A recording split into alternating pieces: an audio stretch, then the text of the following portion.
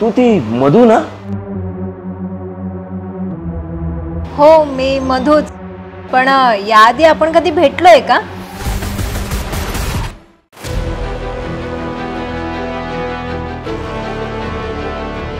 तिच्या बाबांबरोबर बिझनेसचं प्लॅनिंग सुरू आहे माझं. ते फिल्म इंडस्ट्रीचं जग आपलं नाहीये.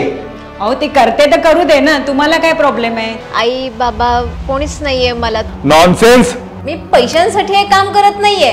पैशांची सोय करण्यासाठी तर घराच्या बाहेर पडले ना. मी सांगितल्याशिवाय शूट लावायची नाही.